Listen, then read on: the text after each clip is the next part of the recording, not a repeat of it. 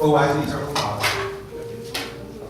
Lord, it's only because of your keeping hand and saving power are we here in this place on this day. Not everyone made it to their destination, oh Lord, and it's not any power of our own. We thank you for that, oh Lord. That means you have a purpose for us to be here.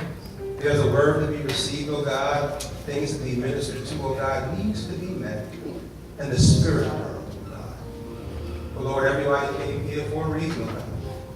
Except this time of the sacrifice, I pray souls to be saved on this day. Lord, I pray that healing will be released, that blessings, oh God, will be multiplied, oh God, that favor will be shown, oh God. Hide me behind the cross, oh God. Use me to your glory, oh Lord. May these tongues and mouths and our thoughts never deny you all the glory, honor, and praise, because truly you are worthy of it.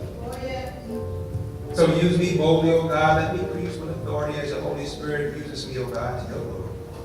Minister unto me as you minister unto them, oh God, because it's all about you. It's all about you. So we love you and we praise your holy name, oh God. It's in Jesus' name we pray.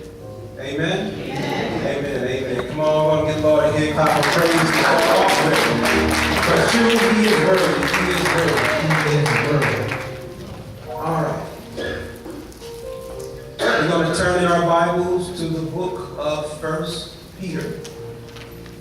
Book of 1 Peter, chapter 5. I've got a few questions for you as we begin. So who knows who Kyle Petty is? Anybody?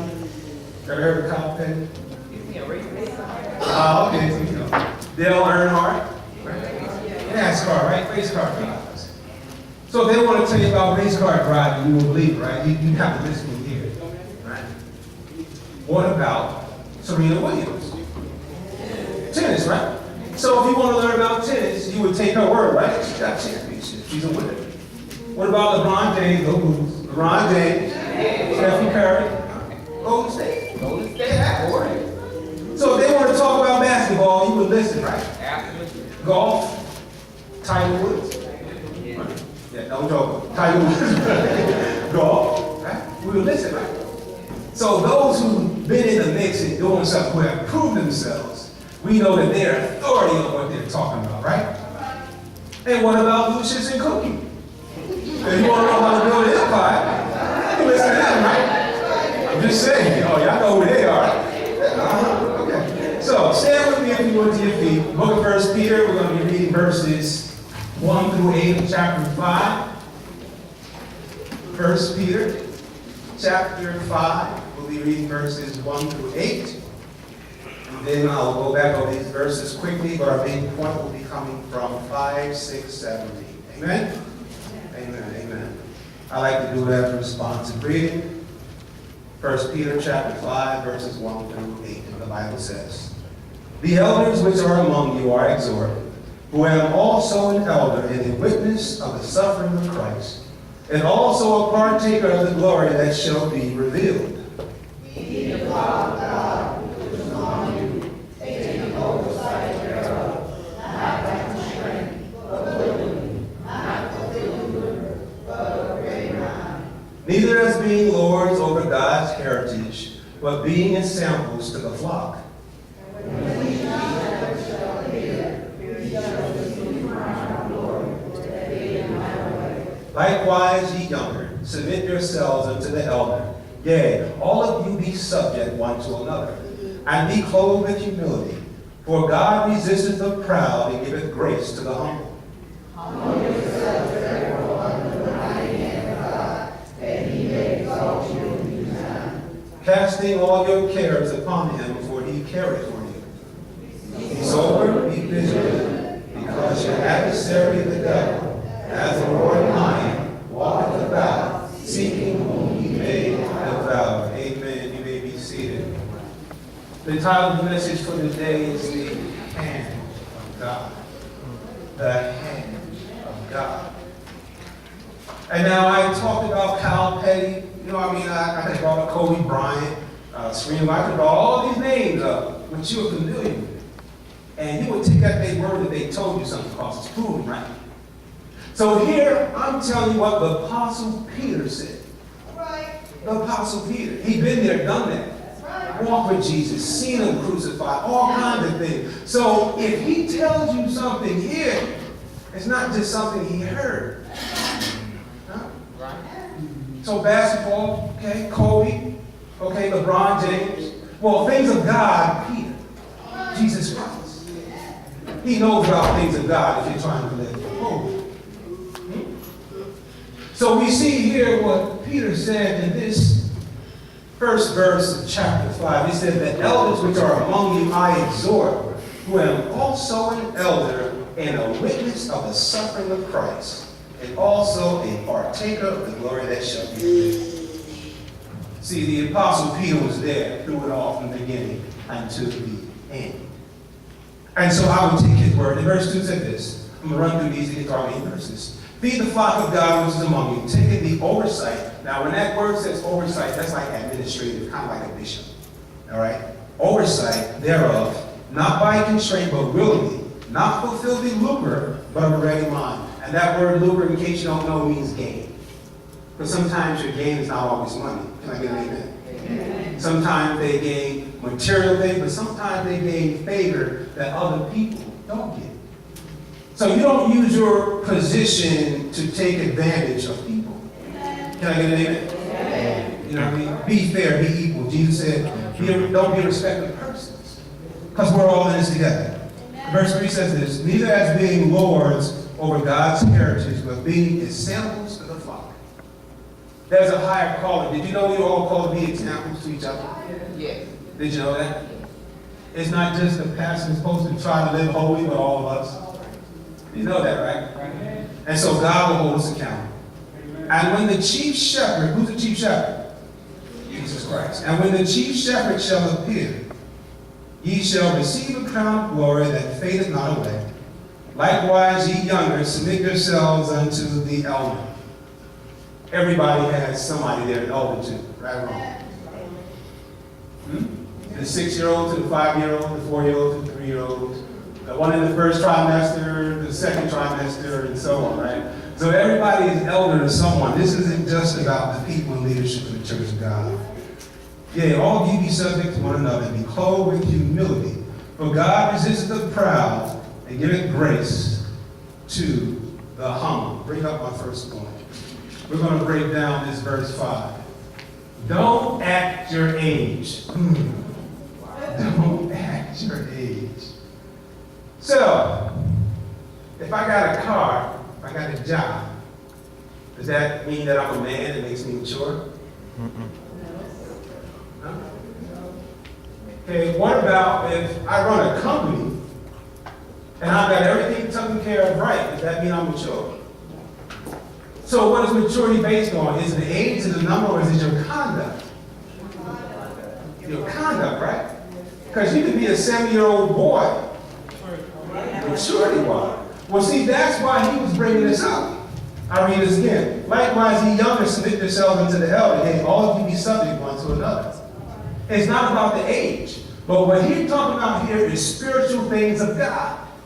How many know you can be an old fool? Right? Or you can be young and wise. Remember, Jesus was 12 years old in the temple. The scholars, the theologians, they was baffled. Wow, how do you know these things? The Spirit of God gives you wisdom. Amen. Some of us kids or our children can tell us the right things while we're doing it wrong. Right? So here when he says submit, he's not just talking about in age. And I'm going to break something down for you. All right, let's look at Matthew 21, verse 15 and 16 real quick. If you don't keep up with me, that's fine. I'm going to go there anyway, so we can roll on. All right, so it says, "And when the chief priests and scribes saw the wonderful things, talking about Jesus, that he did, the children crying in the temple and saying, Hosanna to the Son of David, they were sore displeased, and said unto him, Hearest thou what these say? And Jesus saith unto them, have ye not heard or read, out of the mouth of babes and sucklings thou hast perfected praise? Praise. The older generation, these elders were getting mad because the children was praising God their way. Their way. That's important. The younger generation will always praise our way. but yet they give glory. Whether it's with dance, whether it's through songs, we need to understand that. And so here, Jesus is saying, don't rebuke them. Real quick, one more, Matthew chapter 19, 13, and 14 says this. Then were they brought unto him little children, that he should put his hands on them and pray. And the disciples rebuked them. But Jesus said, suffer the little children and forbid them not to come unto me. For such is the kingdom of God. For as such is the kingdom of God. How many know you got to be a childlike mind, in a way, so to speak, to receive the things of God? Did you know that? Because when you're raised, somebody hits you, what do? What your mama tell you? Hit them back, right? Well, what did Jesus say? Turn on the cheek, right? Hey, baby, save up all your money, put it in a socket, put it underneath the bed or somewhere, right? But what does the Bible say? Get it. Get it. See, a lot of things that we've been raised and taught are opposite. Opposite. You see what I mean? Be quiet. Don't say nothing, right? Jesus said, let them praise. They need to be around us. That's why I'm glad they have a children's church right now. I didn't go to children's church. If you knew my first 30-something years, boy, you would be so close to church. I'm just saying, I wish I had. So I admire those who bring their kids. That's very important. Check this out what Warren Bridges said. He said this. The younger believers should submit to the older believers, not only out of respect for their age, but also out of respect for their spiritual maturity. Key word, spiritual maturity. Not every senior saint is a mature Christian. Can I get an amen? Right. Quantity of years is no guarantee of quality of experience. This is not to suggest the older church members from the church and never listen to the younger members. Too often there is a generation war in the church with the older people resisting change and the younger people resisting the older church. Now, is that not an issue today? You know what I mean? You got to reach kids, you got to reach people on their level. So when it says don't act your age, that means act your spiritual level, not just your number of years you've been born. We got to be able to reach them. That's what we call. Now, if you look here, don't get caught undressed. The Bible says for us to do what? Be clothed with what? Humility, right? Be clothed in humility. I got something to say for that one there. All right, so when we show our backside, you heard that, right? What's your backside? When we show our backside, we are exposing our ugliest parts to those around us. We should be covered with humility before we get humiliated. How many know God can put you in your place? Yes. Put you in your place rather quickly. Because what happens when you exalt and lift yourself up, people are going to look at what's not right in your eyes or what's not right on you to put you back down. So when you boast about your hair, they're going to look elsewhere. When you boast about how you got it going on at work, they're going to look at your house. Right? Every time you lift yourself up, somebody's going to look for something that you're not doing right to put you back in your place.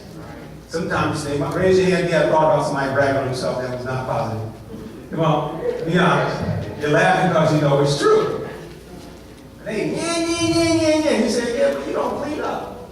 You know what I mean? Like, yeah, I mean, it's always something. But in our mind, I'm guilty of it too. You coming back at that person. Even though you ain't got it going on. So be clothed with humility. All right? And I like this here. Cover your faults with humility. That's important. Because people will look over your faults as long as you stay humble. Check this out. If somebody is gossiping in church, right?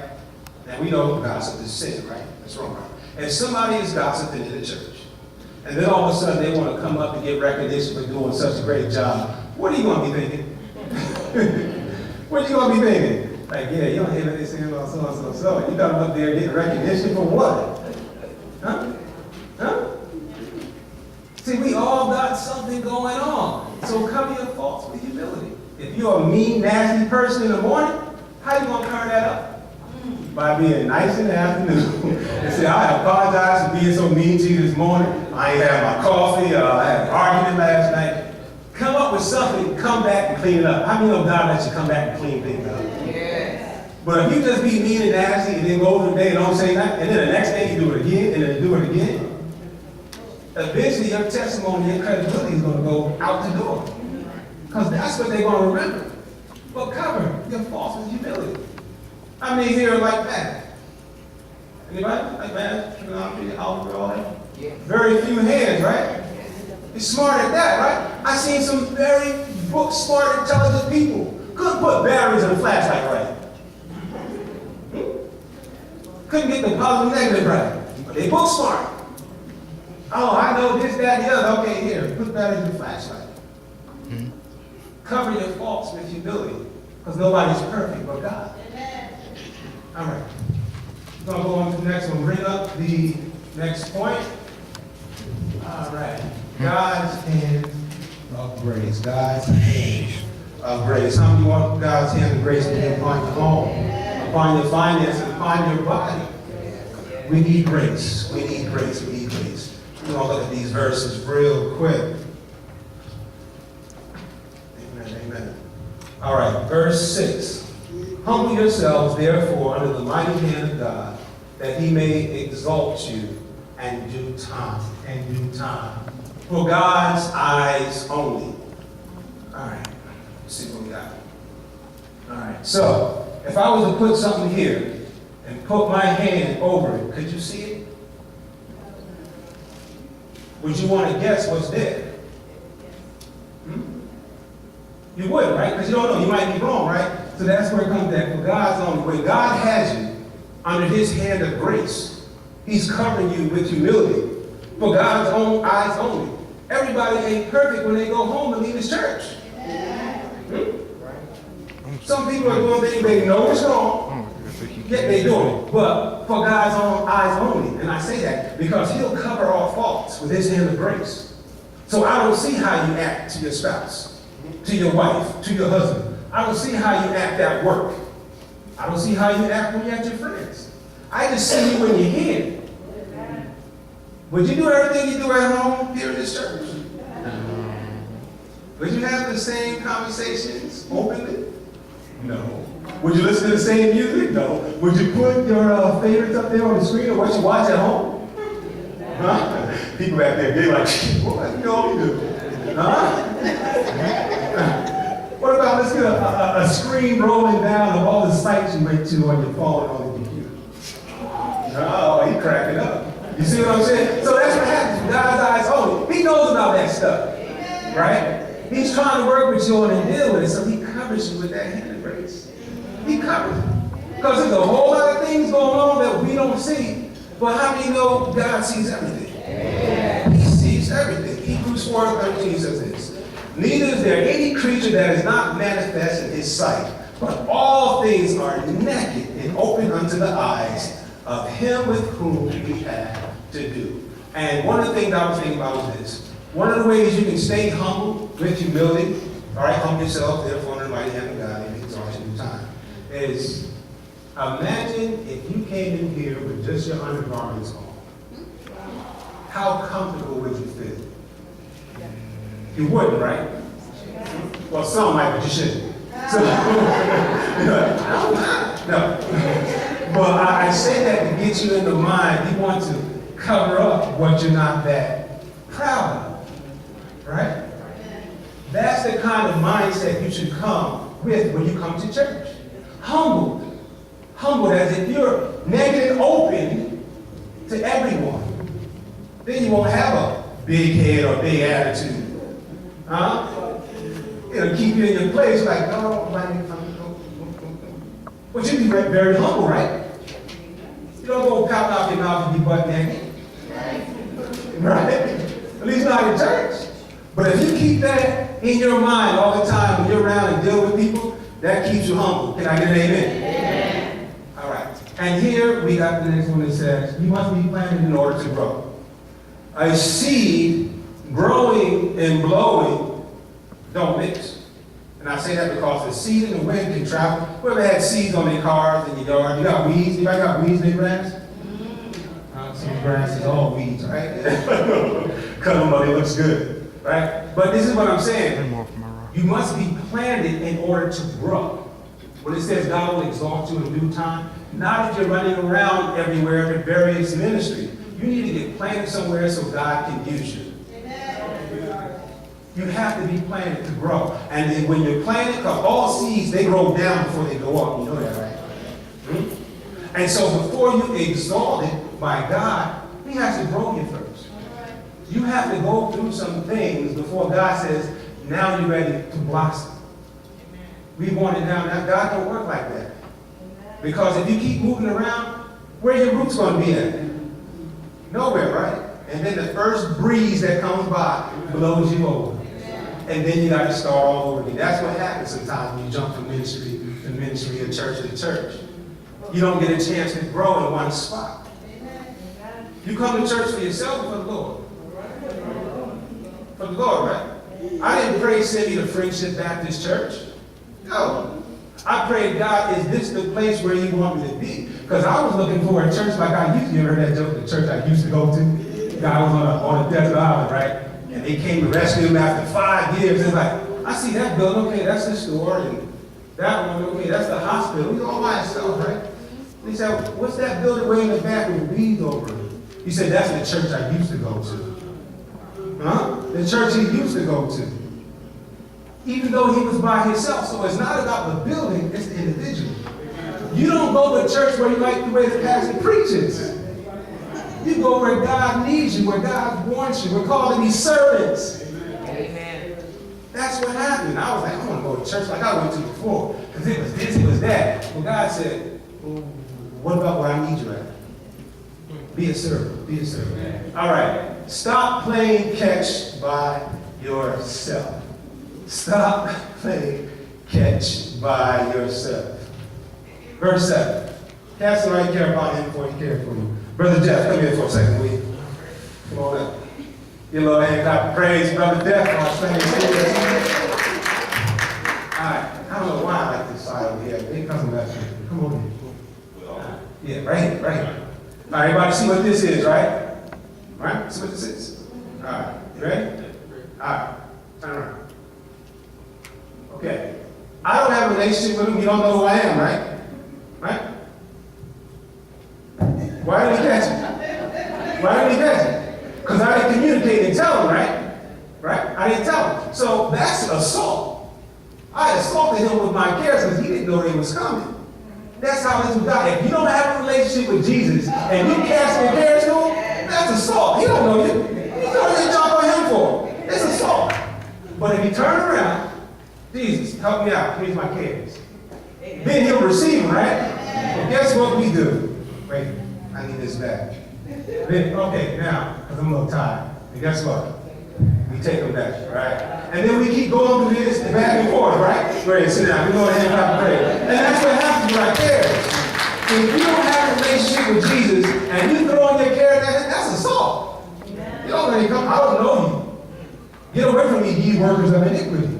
Right? But see, what people fail to realize is that cares ain't just food, shelter, and money. People got other cares. Other cares people have. Let me break down some of those for you real quick. We think that cares are only the certain needs that we have. But cares can be sin. How many got habits that you're trying to break? Things that you're trying to get rid of. God knows exactly what they are. So when he says those cares, there are many different cares. All right. Submission is an act of faith. We are trusting God to direct in our lives and to work his purpose in his time. After all, there's a danger in submitting to others. They might take advantage of us, but not if we trust God and are submitted to one another. A person who is truly yielded to God and who wants to serve his fellow Christians will not even think of taking advantage of someone else, saved or unsaved. Can I get an amen? Amen. How many know when you do people wrong, God will chastise you? Amen. God will chastise you. I've seen that, and it hurts. So I fear doing people wrong. Now, some of those cares can be money and shelter, but also fornication and lust is a care. Can I get an amen? Amen. We all fight those desires. And then, all the time we're looking at drugs, sex, adultery, revenge, stealing, gossip, alcohol, depression, anxiety, Marital problems, family problems, are they not all cares? Your cares, the Bible says that, cast all your cares. It's not just your money, your clothes, a place to stay. The sin that you're trying to deal with, cast that on Jesus too. Because if you don't, then the things of the world will choke that word out. And then you drown those cares. And then, okay, God, give me this one back. But then this one gets out of hand. Guess what? You got to give it back to him. So then you're starting from scratch. And so when he said cast all your cares, whatever situation's actually going on, that needs to go to God. Amen? Amen. All right. That was playing catch by yourself. Go to the last and third point. God's hand of protection. God's hand of protection. 1 Peter chapter 5, verse 8 says this. Be sober, be vigilant, because your adversary the devil, as a roaring lion, walketh about, seeking whom he may devour. Seeking whom he may devour. Now, what God gave me was this. We know that lions normally travel in packs, right? Right? Okay. So, just because you see the one, as I said, the devil as a roaring lion, just because you see one, that might not be the only thing that's coming after you. Amen. See, that means the devil is not traveling alone, because if he can attack your health, he can attack your finances, your attitude, your joy, your relationship. Each lion or lioness has a specific job and a role in attacking, subduing, tracking, and killing their prey. They like to hide. You won't see them coming. They can come in a letter. They can come in a text. They can come in a friend coming over to visit. That attack can come through a family member. See, the devil and his demons, they travel in packs. So just because you see the one, you can't see the other things that's coming at you. So you don't stay focused on one thing. And that's how the devil works. Like, man, I just got a job. Now all of a sudden my mortgage has been doubled. I just got my marriage right. Now all of a sudden my kids are acting crazy. The enemy will keep attacking. You gotta remember, he does not come alone. There are others with him. So we got to keep our eyes open. We got to stay alert. Jesus told Peter to get behind me, Satan. The very one who wrote this book. Get thee behind me, Satan. So what does that tell me? Satan can use who he wants to use. If Jesus rebuked Peter, upon this rock I'll build my church, what makes us so special that we can't be used? He thought he was doing good. No, Lord, you can't be crucified. We won't let that happen. You say, get down behind me. You care about the things of the world, the things of men. And our will and God's will don't always line up. Right. What we see as negative, God may see as positive. He might see as positive. Sometimes your put down is for a step up. I remember one time I thought I had going on at this job. This was before the day. And I'm like, man, I got this. I can do everything the manager does. I'm just going to take a day off. I ain't calling for what? I can do his job. Showed up on Monday morning. Guess what? I had no job.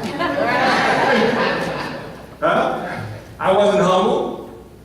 I didn't see the attack coming because there were people there hating on me. He said that he could do your job, and you ain't going to fire him if he don't come in. Snake. Snake. Do this.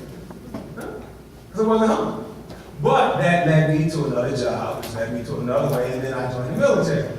Well, who knows? I might have still been there cutting meat for 20-something years. I don't know. But that step down, that humbling, was a step towards stepping up.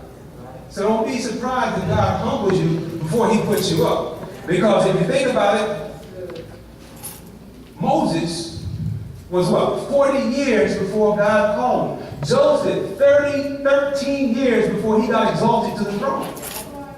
See, what happens is the crown, the pain comes before the exaltation. You got to go through pain. Now, that pain could be various for different people, but you got to go through something before you get there. So when you get there, you got that badge of honor. I endure. You got to suffer before you get exalted. Think about what Jesus went through.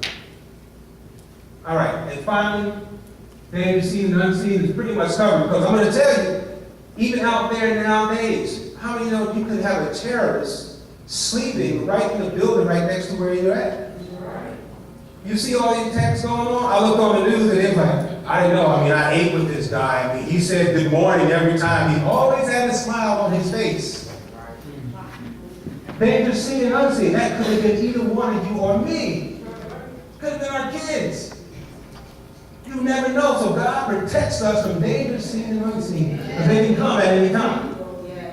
A moving target is hard to catch. Proverbs 24, 30, 34, real quick. A moving target. How many know when you praise your emotion, huh? Did you know that? When you praise your emotion. If you sit home, don't be a couch potato. If you sit home all the time and don't do anything, guess what? The devil knows where to find you. He knows exactly where to find you. He knows exactly how to get to you. Because you're in the same place watching the same. Is it 7 o'clock yet? Is it 8 o'clock? No. I gotta sit down and eat. I gotta brush home so I can watch. You know where you're gonna be at. But if you're moving target and you change up your routine sometimes, he doesn't know how to hit you. All right. Chapter 24 of Proverbs. I went by the field of the slothful and by the vineyard of the man void of understanding. And lo, it was all grown over with thorns, and nettles had covered the face, that's like weeds thereof. And the stone wall there was broken down. Then I saw and considered it well. I looked upon it and received instruction. Yet a little sleep, a little slumber, a little folding of the hands to sleep. So shall thy poverty come as one that travaileth, and thy want as an armed man.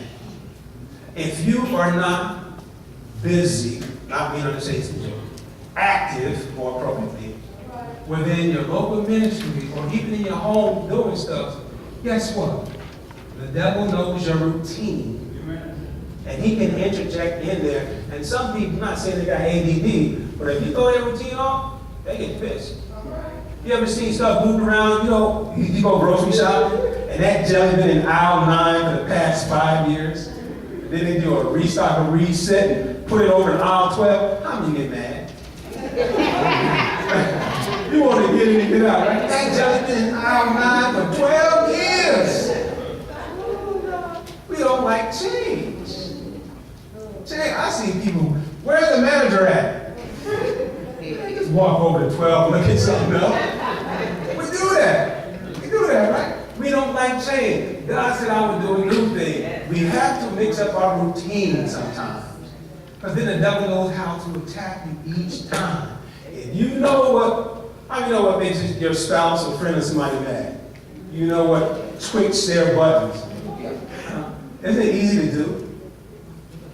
You can control people, provoke them, right? Well, the devil knows the same thing. So you know what? What are you supposed to do for those who despitefully use you, make you mad? Pray for them, right? You're supposed to pray for them. Do that instead of arguing back. If you come at me wrong, I might come back at you. At first, remember, the flesh man came first, Adam, and then the spirit man, Christ. So we got to check ourselves and watch it, because as a moving target, if I keep going to Jeff all the time just saying good morning to him, guess what? Somebody can come in and mess that up. And then we got to change up our routine. You got to stay moving and active in ministry, because if you don't, the devil's going to get busy in your lives. And I'm serious about this.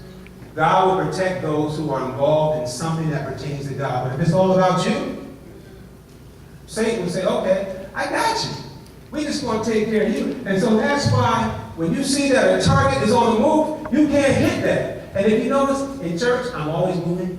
You notice that? I'm always moving. There's a reason for that. I'm not going to let the enemy get me caught in gossip or something like that. Amen? Amen. All right, real quick. I know a man named Daniel who got thrown in the lion's den. See, God shut the lion's mouth. He stopped the attack. Because if he can control the storms, he can control his creation. Amen? Amen? I know a man named Samson who went head on with a lion. And he tore the lion apart. Because if that lion would have had his way, it would have took his life. It would have took his finances and relationship that he was supposed to have. So we see here that God has the ability to protect you from the lion's den. You can have a lion's den in your home. Can I get an amen? In your home, you can have a lion's den. So whatever you're doing, whatever is going on, you got to watch your back, and especially your kids. How many know that ISIS is recruiting your kids through cell phones, through the media, through computers. Right. That's the line, that's the enemy.